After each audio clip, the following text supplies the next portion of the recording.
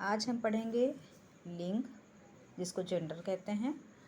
भाषा में नर अथवा मादा की पहचान कराने वाले शब्दों को लिंग के नाम से जाना जाता है। लिंग दो प्रकार के होते हैं, पुरुष वर्ग और स्त्री वर्ग। पुरुष वर्ग यानी पुल्लिंग, पुरुष, मुर्गा, शेर ये आते हैं पुल्लिंग में। स्त्रीलिंग, स्त्री, मुर्गी और शेरनी ये आते हैं स्त्रीलिंग में। लिंग के दो भेद होते हैं, जैसा कि आप देख सकते हैं। पहला है पुल्लिंग और दूसरा है स्त्रीलिंग। पुल्लिंग में अध्यापक, गायक, कुत्ता, मोर, चिकित्सक ये आपके आते हैं पुल्लिंग में।